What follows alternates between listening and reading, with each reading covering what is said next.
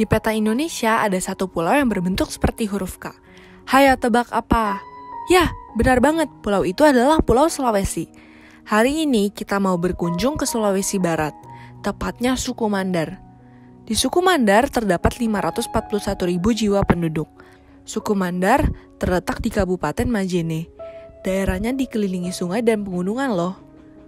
Kebanyakan pekerjaan orang suku Mandar adalah petani dan nelayan. Nah, kalau teman-teman pernah dengar ikan cakalang, penyu, dan biji coklat, ini semua berasal dari daerah Sendana dan Malunda ini. Ada juga binatang langka yang dilindungi pemerintah, yaitu burung Mandar. Sama kan kayak nama suku Mandar?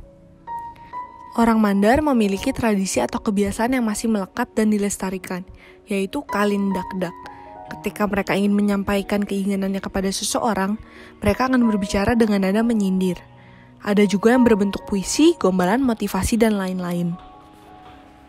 Mereka membutuhkan bantuan profesional untuk mengelola, mendistribusikan, dan memasarkan hasil pertanian dan perikanan mereka. Bahwa dari mulut bayi-bayi dan anak-anak yang menyusu, telah kau letakkan dasar kekuatan karena lawanmu untuk membungkam musuh dan pendendam. Ucapan itu adalah doa. Ketika kita mendoakan mereka, Tuhan akan bekerja dengan dahsyat luar biasa. Yuk kita jadi pengubah Indonesia. Bukan hanya Indonesia loh, kita juga bisa menjadi pengubah dunia. Lewat doa-doa kita. Lewat doa-doa kita, siapa tahu suatu saat kita bisa berkunjung ke suku Mandar loh. Mari kita berdoa terus sampai kemuliaan Tuhan dinyatakan di bumi dan di negara tercinta kita, yaitu Indonesia. Kita mau berdoa untuk pembangunan dan pertumbuhan ekonomi untuk orang-orang di suku Mandar. Berdoa untuk fasilitas kesehatan yang sedang dibangun. Kita juga mau berdoa untuk potensi yang besar dalam perikanan supaya dapat dikelola dengan baik untuk kesejahteraan suku Mandar. Kita juga mau berdoa untuk anak-anak dari suku Mandar supaya mereka dapat bersekolah dengan baik, menjadi anak yang pandai, menjadi penerus bangsa, dan menjadi anak-anak yang takut akan Tuhan dan bisa menceritakan betapa baiknya kasih Tuhan di dalam kehidupan mereka dan keluarga mereka. Mari kita berdoa. Halo adik-adik. Apa kabar kalian semua? Jumpa lagi bersama dengan Lose Ceca Dan Lose Cun. Nah, hari ini kita akan bersama-sama beribadah. Mari kita berdoa terlebih dahulu kepada Tuhan. Yuk kita berdoa. Tuhan, terima kasih karena Engkau telah memberkati istirahat kami sepanjang malam. Tuhan, kami berdoa menyerahkan diri kami untuk boleh beribadah kepada Tuhan. Berkatilah hati kami dan hidup kami serahkan ke dalam tangan Tuhan. Jauhkanlah kami dari segala macam godaan dan gangguan yang dapat menarik perhatian kami daripada Engkau. Terima kasih Bapa, di dalam nama Yesus kami berdoa dan bersyukur. Amin. Amin. Adik-adik, kita sama-sama hari ini ingin bangkit berdiri memuji Tuhan. Karena selama ini kita jarang sekali bergerak ya. Iya betul, kelamaan di rumah aja bikin kita kurang pergerakan. Kita mau nyanyi lagu apa Lause Cun? Duduk senang, berjalan senang. Nanti kita mulai dengan duduk terlebih dahulu. Yuk kita nyanyikan lagu ini bersama-sama.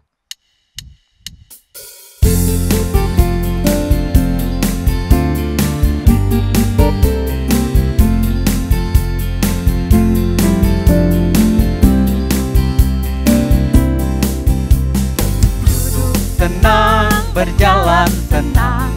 Mana-mana hatiku senang. Sejak Yesus tolong saya, hatiku selalu senang.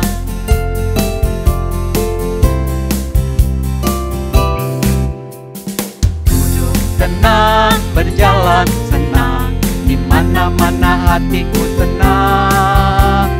Sejak Yesus tolong saya, hatiku selalu senang. Hatiku selalu senang. Iya, hatinya Lause Cun selalu senang nggak? Wow, senang. Karena Tuhan begitu baik dalam hidup kita. Meskipun kita lagi keadaannya susah ya. Iya. Nah adik-adik, sekarang kita mau tes dulu ya. Kita mau menyanyi lagi lebih lanjut. Kita mau olah vokal ya Lause Cun vokal. ya? Do, re, mi, fa, so, la, si, do. Ya.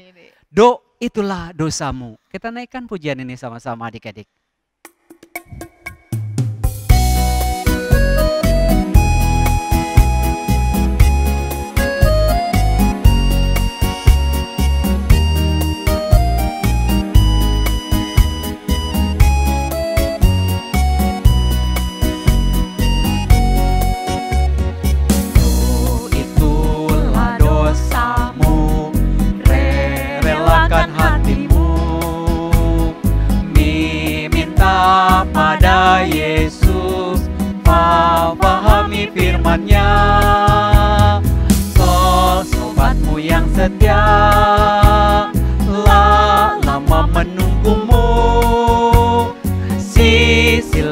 Dia masuk, dosamu terhapuslah.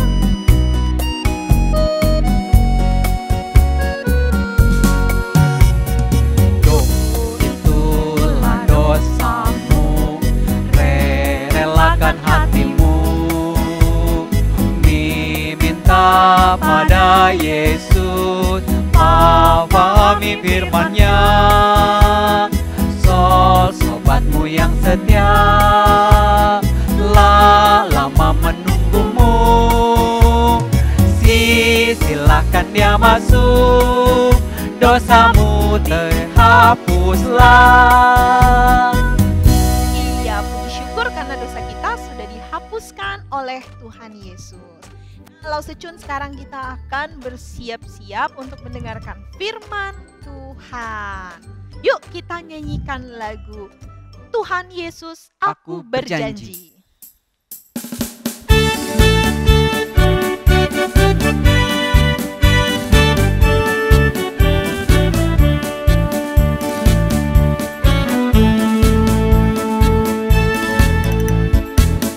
Tuhan Yesus, aku berjanji jadi muridmu yang setia, rajin berdoa, baca Alkitab, selalu bersaksi baginya.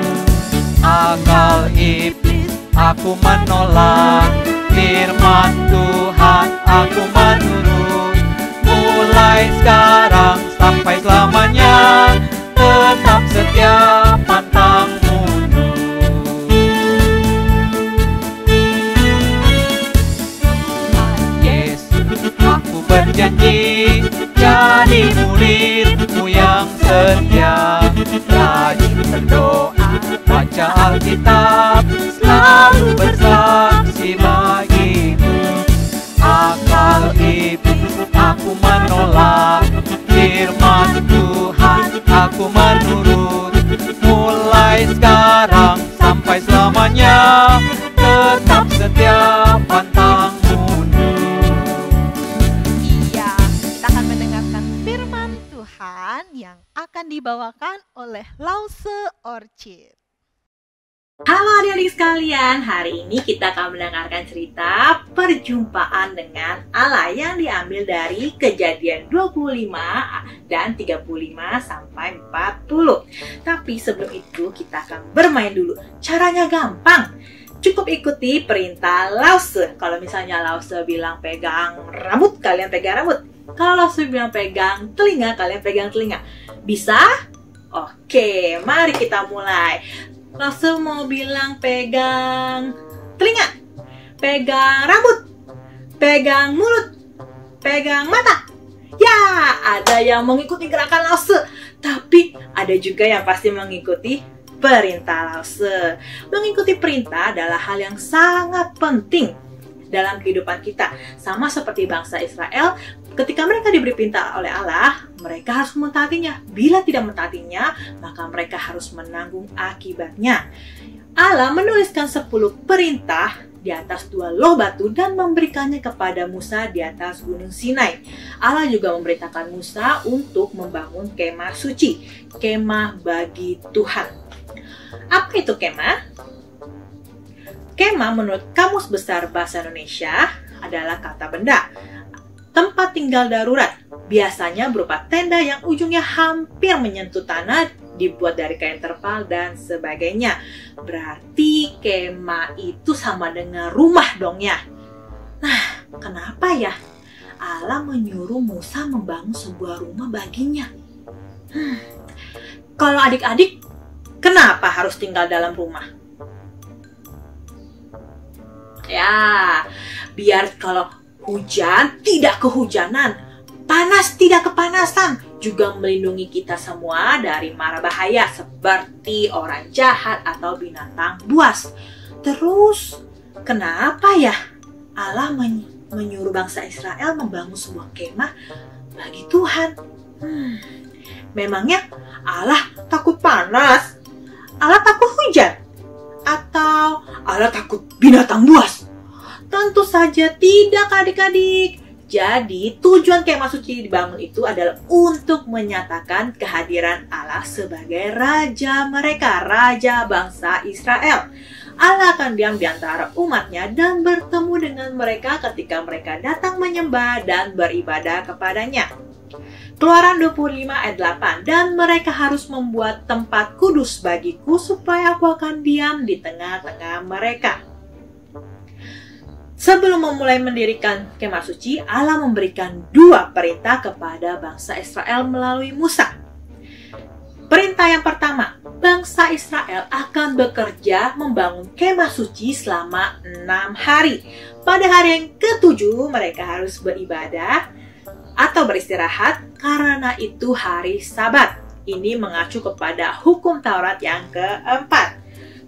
Ingatlah dan kuduskanlah hari Sabat. Keluaran 35 ayat 2. 6 hari lamanya boleh dilakukan pekerjaan, tetapi pada hari yang ke-7 haruslah ada perhentian kudus bagimu, yakni Sabat, hari perhentian penuh bagi Tuhan. Setiap orang yang melakukan pekerjaan pada hari itu haruslah dihukum mati. Wah, sampai hari Sabat pun harus ingat ya adik-adik. Nah, perintah Allah yang kedua, seluruh umat Allah dengan sukarela membawa persembahan dari barang kepunyaan mereka untuk pembangunan kemah suci. Berfirmanlah Tuhan kepada Musa, katakanlah kepada orang Israel supaya mereka memungut bagiku persembahan khusus. Dari setiap orang yang terdorong hatinya, haruslah kamu pungut persembahan khusus kepadaku itu. Inilah persembahan khusus yang harus kamu pungut dari mereka: emas, perak, tembaga, kain ungu tua, kain ungu muda, kain kirmisi, lenan halus, bulu kambing, kulit domba jantan yang diwarnai merah, kulit lumba-lumba, dan kayu penaga. Minyak untuk lampu, rempah-rempah untuk minyak urapan dan untuk ukupan dari wangi-wangian, permata krisopras, dan permata tatahan untuk baju efod dan untuk tutup dada. Wah, sikap bangsa Israel bagaimana ya? Nah, bangsa Israel sangat gembira karena Allah akan hadir di tengah-tengah mereka. Mereka ingin kemah suci Allah begitu indah sehingga mengingatkan mereka akan kemuliaan Allah. Mereka membawa begitu banyak persembahan dari emas, perak, perhiasan sampai Musa menyuruh mereka jangan bawa apa-apa lagi. Sudah lebih dari cukup. Wow, bukan? Ya, lalu bagaimana dengan sikap kita? Bayangkan bila itu terjadi di gereja kita. Bayangkan setiap orang yang di gereja kita membawa persembahan untuk Tuhan. Bayangkan pasti banyak pekerjaan misi Tuhan mengabarkan tentang Tuhan Yesus, khususnya yang dilakukan oleh misionaris-misionaris di pedalaman pun dapat kita biayai. Wah, adik-adik mau bantu ya? Oke, cukup persembahan ya. Nah, dan ketika semua persembahan itu telah terkumpul, maka pekerjaan pembangunan pun dimulai. Allah memberikan petunjuk bagaimana kemah itu harus dibangun. Musa secara hati-hati memberitahukan kepada bangsa Israel setiap detil rencana Allah. Bangsa Israel dengan sangat berhati-hati melakukan sama seperti yang Tuhan perintahkan. Nah, Musa menunjuk 2 orang untuk mengerjakan kemah suci, yaitu Bezaleel bin Uri bin Hur dari suku Yehuda, Aholiab bin Ahitsamak dari suku Dan. Keluaran 36 ayat 1, demikianlah harus bekerja Bezaleel dan Aholiab dan setiap orang yang ahli, yang telah dikaruniai Tuhan keahlian dan pengertian, sehingga ia tahu melakukan segala macam pekerjaan untuk mendirikan tempat kudus, tepat menurut yang diperintahkan Tuhan. Wah, tidak lama kemudian, perkemahan bangsa Israel dipenuhi suara palu dan gergaji. Para lelaki menempa emas menjadi lembaran tipis, membuat perabotan, membersihkan dan mewarnai kulit binatang. Para wanita membuat tirai dari kain lenan halus dan kain tenun yang kokoh dari bulu kambing. Yang lain memintal tirai lenan dengan benang berwarna biru, ungu, dan merah. Apa saja material kemah suci? Ya, kita mulai. papan-papan. Papan-papannya itu dari kayu penaga yang berdiri tegak. Ukurannya panjang 10 hasta, lebar 1,5 hasta. 1 hasta sama dengan 45 cm. Itu harus berdiri tegak, tidak boleh miring sedikit pun. Karena kalau bila miring satu aja yang miring, angin bisa masuk, apalagi ular atau hewan lainnya. Tidak boleh miring sedikit pun. Dan papan-papan itu mempunyai 2 pasak yang dimasukkan ke lubang papan lainnya. Alas papan tersebut terbuat dari perak. Kenapa harus perak? Karena mengartikan kita hidup beralaskan penebusan darah Yesus. Sehingga kita harus hidup benar, tidak boleh berbuat dosa lagi. Dan kita juga hidup beralaskan firman Tuhan yang murni. Firman pengajaran yang benar, yang tertulis dalam Alkitab, dibukakan rahasianya oleh Tuhan. Ayat yang satu menerangkan ayat yang lain, dan kita juga bisa mempraktekannya. Setelah itu, papan-papan itu ditopang dengan kayu lintang dari kayu penaga yang melintang terus dari ujung ke ujung dan dimasukkan ke dalam gelang-gelang yang terbuat dari emas.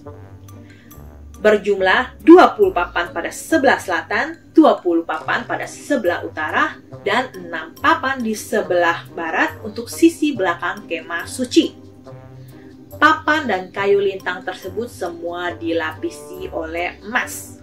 Kenapa dengan emas? Karena bila dilapis dengan emas, itu mengeluarkan lebih sedikit suara. Seperti kita dibalut oleh Roh Kudus, ya. Kita harus bertabiat ilahi, jangan bertabiat daging. Tabiat ilahi itu apa sih? Efesus 4 ayat 2. Hendaklah kamu selalu rendah hati, lemah lembut, dan sabar. Tunjukkanlah kasihmu dalam hal saling membantu.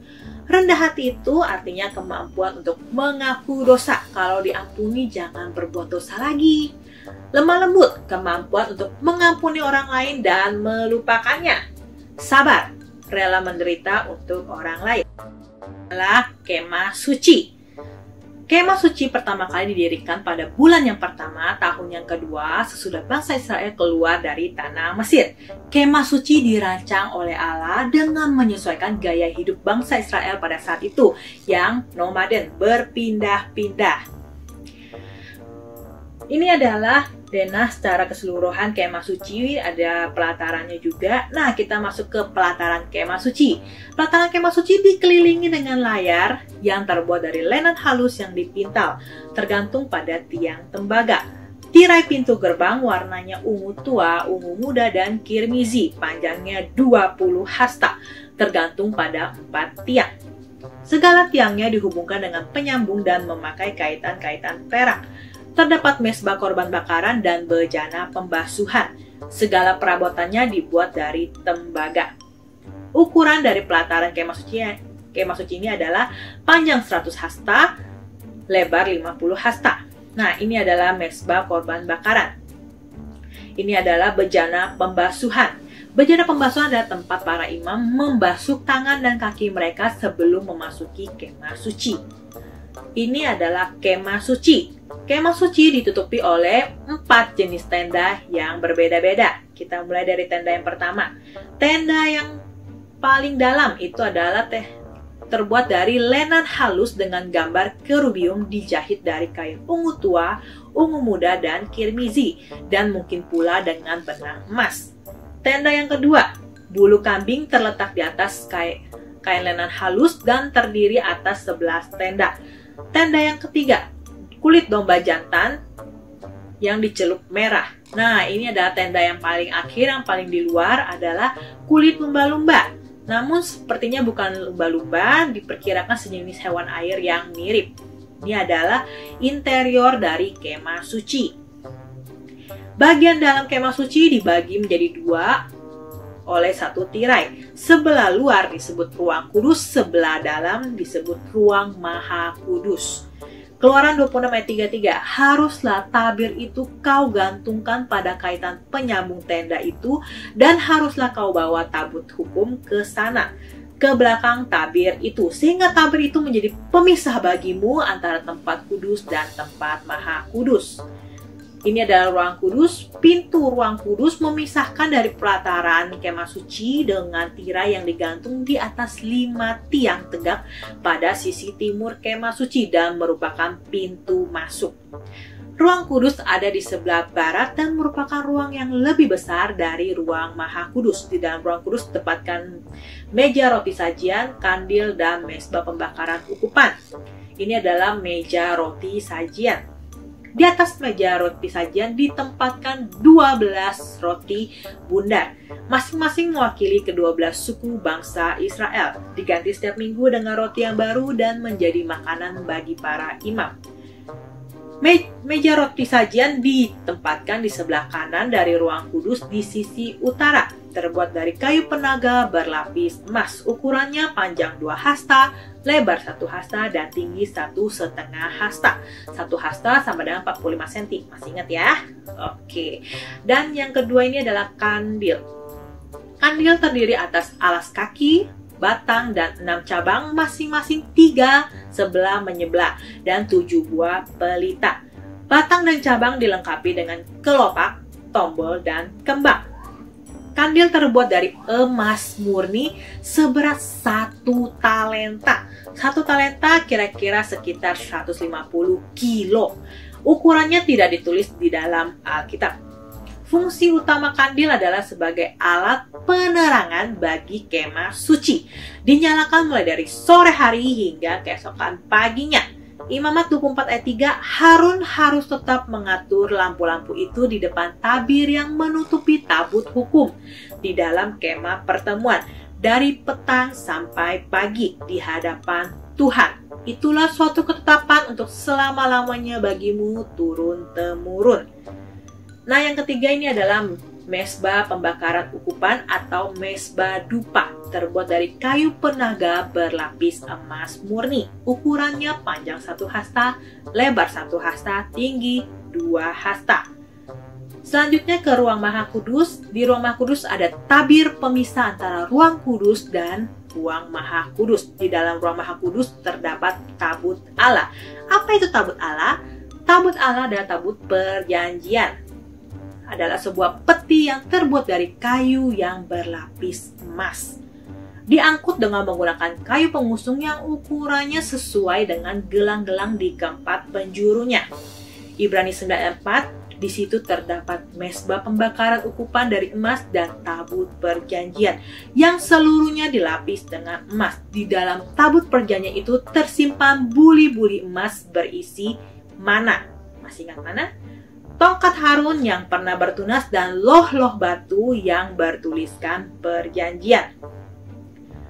Lalu Musa mengurapi semua perkakas dan perabotan itu dengan minyak yang berbau harum untuk menandakan bahwa benda-benda itu adalah kudus milik Allah. Allah telah memilih Harun menjadi imam tertinggi di Israel. Semua laki-laki dari suku Lewi akan menjadi pelayan di dalam kemah suci. Bisa kita lihat yang memakai baju putih, tetapi Harun dan anak-anaknya adalah pelayan khusus Allah. Ya, Allah sangat senang karena umatnya telah membangun kemah suci persis seperti yang diperintahkannya. Awan kemuliaannya memenuhi kemah suci dan cahayanya terang berdiam pada tabut perjanjian. Allah bertemu dengan umatnya dan tinggal di antara mereka seperti yang dijanjikannya. Ya, sejak saat itu, selama perjalanan bangsa Israel di padang gurun dipimpin oleh Tuhan dalam bentuk tiang awan dan tiang api. Awan Tuhan ada di atas pada siang dan api Tuhan ada di atas pada malam hari. Namun, umat Allah itu masih berdosa, sedangkan Allah itu kudus. Bagaimana orang berdosa bisa datang menghadap Allah yang kudus? Nah, Allah sudah memberikan pada bangsa Israel jalan ketika dia merancang pelataran kemah suci. Ketika umat Allah ingin bertemu dengan Allah, mereka akan memasuki pelataran kemah suci sambil membawa korban bakaran. Di sana mereka akan mempersembahkan korban bakaran, yaitu berupa anak domba di mezbah korban bakaran. Penyembah akan meletakkan tangannya di atas kepala anak domba dan mengakui dosa-dosanya. Kemudian anak domba itu akan dibunuh dan Harun akan menyiramkan darahnya di mezbah. Kalian pasti pikir, bagaimana bisa seekor binatang menggantikan dosa-dosa kita, dosa-dosa umat Allah? Bagaimana bisa seekor binatang mengembalikan hubungan antara Allah yang kudus dengan manusia yang berdosa? Semuanya itu telah terpenuhi di dalam pribadi dan karya keselamatan Yesus Kristus. Alkitab mengatakan kepada kita bahwa Yesus adalah pengganti anak domba tersebut. Anak domba merupakan gambaran dari anak Allah yang datang ke dunia menjadi korban yang sejati, yang mati menggantikan umatnya. Mereka tidak perlu lagi mengorbankan binatang untuk membayar harga dosa mereka karena Yesus telah menanggung hukuman atas dosa-dosa kita. Yohanes 14 ayat 6, kata Yesus kepadanya, "Akulah jalan dan kebenaran dan hidup. Tidak ada seorang pun yang datang kepada Bapa kalau tidak melalui aku." Jadi adik-adik, jalan satu-satunya seseorang dapat datang kepada Allah adalah dengan mengasihi, menaati, dan mempercayai Yesus sebagai juru selamatnya. Sudahkah kamu percaya kepada Yesus? Sudahkah kamu menerima Yesus sebagai juru selamatmu? Sudahkah kamu mengasihi dan mentaatinya? Oke, mari kita berdoa. Tuhan Yesus dalam surga, terima kasih Tuhan. Hari ini kami belajar Tuhan, kami adalah masih manusia yang berdosa, sedangkan Engkau adalah Allah yang kudus Tuhan. Terima kasih Tuhan, Engkau telah memberikan kepada kami Tuhan Yesus anak-Mu yang tunggal, yang satu-satunya itu Tuhan, turun ke dalam dunia menjadi manusia dan bahkan mati di kayu salib menebus dosa-dosa kami. Tuhan, kami mau belajar mempercayai-Mu Tuhan sebagai juru selamat kami, mentaati dan mengasihi Engkau sampai kami bertemu dengan Engkau lagi Tuhan. Terima kasih Tuhan, pimpin setiap hidup kami. Dalam nama Tuhan Yesus kami berdoa. Amin. Nah, adik-adik, kita sudah mendengarkan firman Tuhan. Sekarang tiba waktunya bagi kita untuk memberikan persembahan kita. Mari Papa Mama kita ajak anak-anak kita untuk mereka bisa memberikan yang terbaik pada Tuhan, supaya anak-anak kita bisa memaknai persembahan dengan benar, Lose. Betul, kita nyanyikan lagu Tiang Awan dan Tiang Api. Sambil kita persiapkan persembahan kita.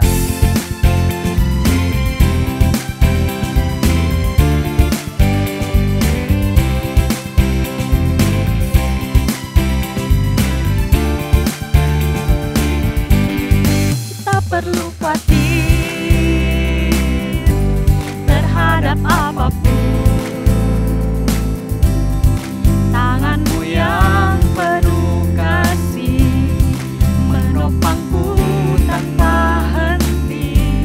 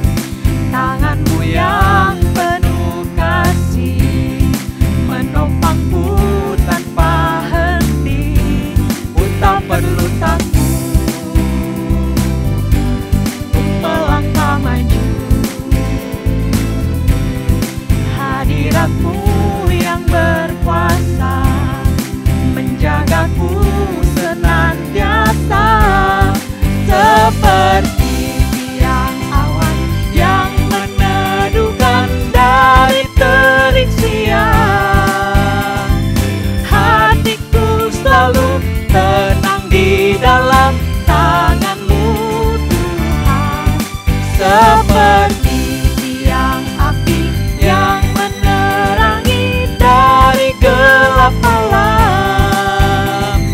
Kau menjagai hidupku dengan kebaikan-Mu, seperti tiang awan yang menerangkan dari terik siang. Hatiku selalu tenang di dalam tangan-Mu, Tuhan. Seperti tiang api yang menerangi dari gelap malam. Kau menjagai hidupku dengan kebaikan-Mu. Kau menjagai hidup. Kau menjagai hidupku dengan kebaikan.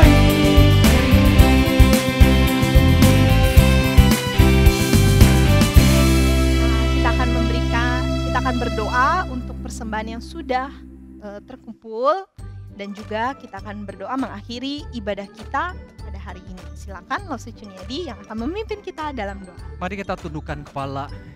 Ya Tuhan Allah Bapa kami yang Maha Pengasih dan Maha Penyayang, kami bersyukur Tuhan karena Engkau begitu baik, Engkau begitu setia kepada kami. Terima kasih pada hari ini kami boleh juga diingatkan untuk kami boleh memberikan persembahan kepada Tuhan. Kami percaya bahwa persembahan ini akan Tuhan pakai untuk memperluas kerajaan-Mu. Terima kasih Tuhan, berkati orang tua kami di dalam mencari rezeki. Tuhan berkati mereka. Terima kasih Tuhan, ini doa kami, di dalam nama Tuhan Yesus kami berdoa. Amin. Amin. Sampai jumpa minggu depan. Tuhan Yesus memberkati. Dah.